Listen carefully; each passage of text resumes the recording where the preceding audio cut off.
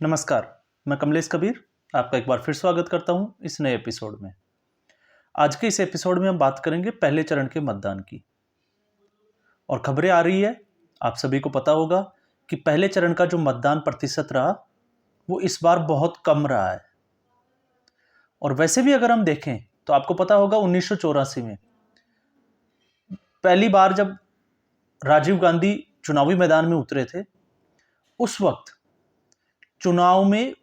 विपक्ष जो था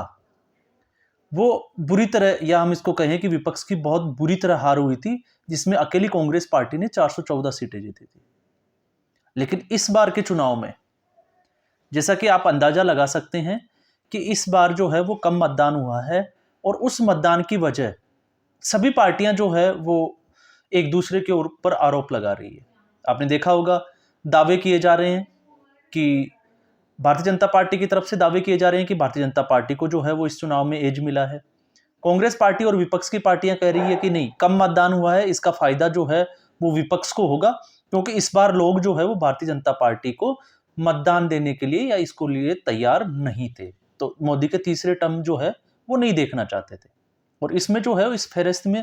बहुत और लोग जो है वो भी इसमें जो है वो जुड़ते चले जा रहे हैं। आपने देखा होगा, चाहे वो हम जिसको गोदी मीडिया कहें, चाहे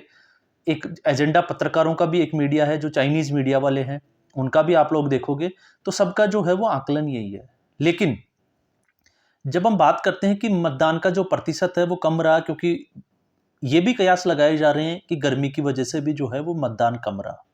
लेकिन ये सिर्फ जो है वो एक कयास हो सकता है, क्योंकि गर्मी मतदान को अगर प्रभावित करती है तो ये जो है एक बहुत बड़ी, जिसको हम कहें कि सही आकलन नहीं होगा, क्योंकि इसके पीछे बहुत सारे कारण हो सकते हैं। और इस बार जो कारण जो सबसे बड़ा जो नजर आ रहा है,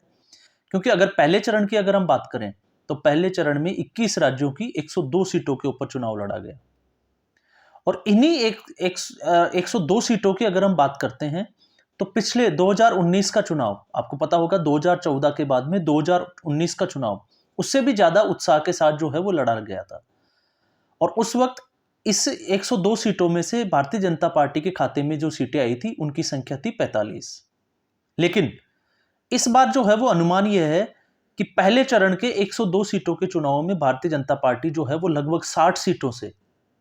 ऊपर जो है वो सीटें भारतीय जनता पार्टी की आएगी, या भारतीय जनता पार्टी जो है वो इससे ज्यादा सीटें भी ला सकती है। तो एक चीज तो इससे तय मानी जा रही है कि भारतीय जनता पार्टी पिछले 2019 के चुनाव के मुकाबले इस चुनाव में सीटें जो है वो अपनी पहले चरण में बढ़ा रही है। तो और भारतीय जनता पार्टी का जो टारगेट है उसकी तरफ जो है वो बढ़ता हुआ एक कदम हो सकता है। और अगर आप आकलन ये लगा रहे हैं कि 45 सीटों से कम होने जा रहा है, तो ये आकलन जो है वो बिल्कुल गलत होने वाला है। और इसके पीछे का कारण ये है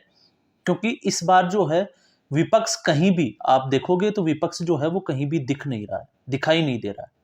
हालांकि एजेंडा पत्रकार जो है वो इसको जोड़ेंगे, उनको लगेगा कि नहीं, इस बार जो चुनाव है इस चुनाव में विपक्ष जो है वो एकजुट हो गया और इसका फायदा जो है वो विपक्ष को होगा। लेकिन ऐसा कुछ धरातल पे अगर हम देखें तो है नहीं। लेकिन एक बहुत बड़ी बात यह भी है कि जहां त्रिपुरा की एक सीट के ऊपर चुनाव लड़ा गया, तो त्रिपुरा में जो सीटों का जो मतदान का जो प्रतिशत रहा वो सबसे ज्यादा 80% रहा, 79.90%। और बिहार में सबसे कम 47 पॉइंट, वो ही हम बात करें तो 48% के आसपास जो है वो मतदान प्रतिशत रहा। तो ऐसी स्थिति में त्रिपुरा में जहां इतना मतदान का प्रतिशत रहा और बिहार में 48%, तो अब जो है आकलन किया जाएगा राजस्थान में भी जो है वो चुनाव का प्रतिशत जो है वो 60 से कम रहा पिछले बार के मुकाबले। इसके अलावा और भी बहुत सारे स्टेट थे, उत्तराखंड जिसमें भी चुनाव लड़ा गया। लेकिन नागालैंड की अगर हम बात करें तो नागालैंड की स्थिति जो है वो इस बार थोड़ी अलग थी। नागालैंड में 6 जिलों में जो है वो एक भी मत प्रतिशत, या इसको हम कहें कि एक भी वोट नहीं पड़ा, लोगों ने मतदान का बहिष्कार किया। और इसका सीधे तौर से आप देखोगे कि बहुत से पत्रकार जो है वो भारतीय जनता पार्टी के ऊपर जो है वो निशाना साध रहे हैं कि इसकी वजह जो है वो भारतीय जनता पार्टी है, जहां नरेंद्र मोदी जो है वो 100% मतदान की बात करते थे। तो ऐसे राज्य में और उस जगह पे जो है वो एक भी मत पर नहीं पड़ता है और इससे सीधे तौर पे जो है वो बहिष्कार किया जाता है। तो अब हम एक बार जो है उसी का एक बार विश्लेषण करने की अगर हम कोशिश करें तो नागालैंड में जो नागालैंड की जो पार्टी है, जिसकी सरकार है, और भारतीय जनता पार्टी, दोनों जो है वो गठबंधन में है। तो ऐसी स्थिति में अगर नागालैंड में विकास नहीं हुआ, एक बार हम मानते हैं कि इसके पीछे का जो कारण है वो विकास है, लेकिन इसके पीछे का कारण जो है वो विकास नहीं है। इसके पीछे का कारण है कि बुनियादी तौर पे इन 6 जिलों में जो है वो एक नई प्रशासनिक व्यवस्था करना, क्योंकि अमित शाह ने जो है वो ऐसा एक वादा जो है वो विधानसभा चुनाव में 2023 में किया भी था, लेकिन लोकसभा चुनाव से पहले ये जो काम जो है वो पूरा नहीं हो सका। तो इस मतदान के नहीं होने की ये एक सबसे बड़ी वजह जो है वो बताई जा रही है। लेकिन अगर हम इसको ये माने कि नरेंद्र मोदी जो है वो विकास के कार्यों में फेल हो जाते हैं, तो फिर इसका एक दूसरा पहलू ये भी होता है, तो क्या वहाँ पे विपक्ष जो है, क्या वो इतना मजबूत नहीं था कि इसका फायदा विपक्ष भी तो उठा सकता है, कि यही जो मतदान का जो प्रतिशत था, जो मतदान नहीं हुआ, तो क्या वो विपक्ष भी वहाँ पे फेल हो गया कि विपक्ष जो है वो मतदाताओं को अपने फेवर में ला सके।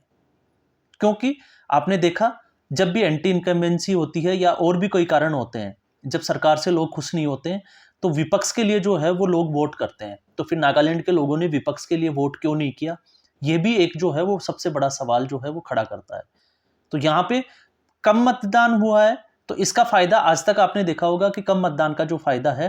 तो लगातार राजनीतिक विश्लेषक ये कहते हैं कि कम मतदान होने का फायदा ये होता है कि जो सरकार है वो ही सरकार रिपीट होने वाली है, क्योंकि लोग जो है वो बदलाव के मूड में नहीं है, इसलिए ज्यादा घरों से बाहर नहीं निकल रहा। दूसरा कारण ये भी हो सकता है कि मतदाताओं को ये लग रहा है कि इस बार भी जो है वो मोदी की सरकार बनने को है, तो ऐसी स्थिति में भी जो है हो सकता है एक चुनाव का कारण जो है वो उदासीन हो जाए। लेकिन तीसरा ये भी हो सकता है, जैसे हम 2019 की बात करें, तो 2019 में जो है वो मतदान का प्रतिशत बढ़ा, लेकिन उसका फायदा जो है वो विपक्ष को नहीं हुआ, उसका भी फायदा जो है वो भारतीय जनता पार्टी को हुआ। तो ऐसी स्थिति में ये एक मिला जुला जो है वो आकलन हो सकता है। लेकिन इससे अगर ये बात साबित हो कि इससे विपक्ष को जो है वो खुश होना चाहिए, कि विपक्ष को ये लगे कि विपक्ष के फेवर में मतदान हुआ है, तो ऐसा अभी तक जो है वो होता हुआ दिखाई देता नहीं है। और विपक्ष इस चुनाव में कहीं भी जो है वो खड़ा दिखाई नहीं देता। इसकी बड़ी वजह यह है, एक, गठबंधन। अगर विपक्षी गठबंधन नहीं होता तो शायद इस चुनाव में जो है वो पार्टियों की स्थिति अलग होती,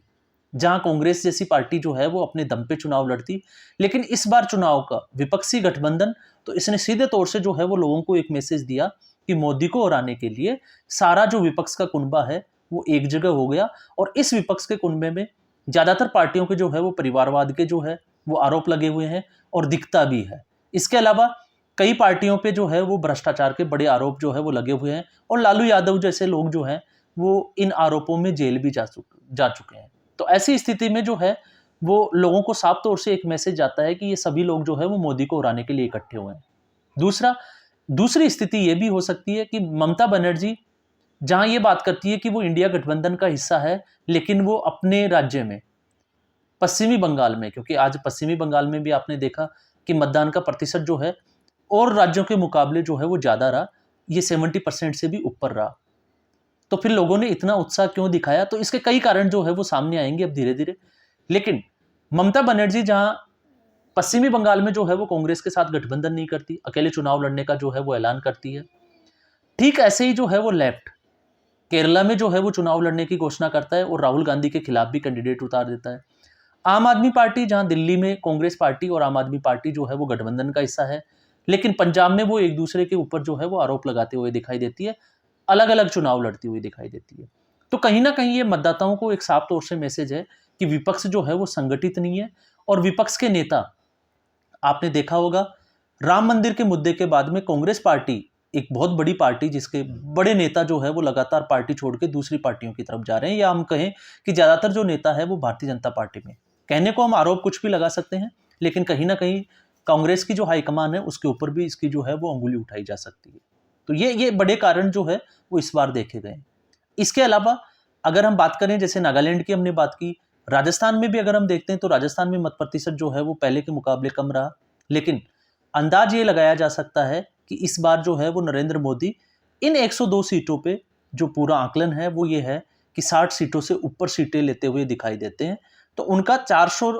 पार का जो नारा है जो लगातार दिया जाता है, उससे अगर हम देखें तो वोट का प्रतिशत जो है वो लोगों में उतना उत्साह देखा नहीं जा रहा। लेकिन फिर भी एक कयास लगाए जा रहे हैं कि विपक्ष के संगठित नहीं होने की वजह से, विपक्ष का चुनाव के लिए कोई जिसको कहें कि एक विजन नहीं होने की वजह से, क्योंकि विपक्ष का अब तक जो विजन रहा है वो यही रहा है, लगातार ये साबित करने पे लगा हुआ है विपक्ष कि नरेंद्र मोदी को जो है वो सत्ता से हटाना है। लेकिन कहीं भी उनका एक विजन कि देश के लिए उन्होंने क्या करना है, जिस तरह से आपने देखा होगा कि भारतीय जनता पार्टी 2047 में एक विकसित भारत के लिए जो है वो बात कर रही है, विपक्ष उसके सामने जो है वो अभी बौना दिखाई दे रहा है। राहुल गांधी, आपने देखा होगा उनकी पार्टी की क्या स्थिति बनी हुई है, अखिलेश यादव, उनकी भी स्थिति वही बनी हुई है। तो लगातार ऐसा ही अगर रहा विपक्ष का रवैया, तो आने वाले जो दूसरा चरण या तीसरा चरण में भी हम देखेंगे कि चुनाव का जो मत प्रतिशत है वो ठीक ऐसा ही रहने वाला है। और अगर ये स्थिति भी रहती है तो भारतीय जनता पार्टी को, क्योंकि ओवरऑल अगर हम देखें तो 50 से 60% अगर मत प्रतिशत रहता है, तो ऐसी स्थिति में अगर भारतीय जनता पार्टी 40% से ज़्यादा जो है वो मत लेने में कामयाब हो जाती है, तो फिर आप अंदाज़ा लगा सकते हैं कि 15 से 20% पे इस विपक्ष का क्या होने वाला है। तो इससे एक स्थिति जो है वो ज़रूर साफ हो जाती है कि भारतीय जनता पार्टी जो है वो बाकी पार्टियों से बहुत आगे निकल चुकी है। दूसरा, इसमें हम बात करेंगे अलग अलग एजेंडा पत्रकारों की। तो अलग अलग एजेंडा पत्रकारों की अगर हम बात करें, चाहे वो अभिसार शर्मा हो, रवीश कुमार हो, पुण्य प्रसून वाजपेयी हो, अजीत अंजुम हो, हालांकि अजीत अंजुम जो है वो एक अलग अभी उसमें पड़े हुए हैं कि उनको वीडियो बनाने पड़ रहे हैं अल्टरनेट मीडिया पे, आपने देखा होगा।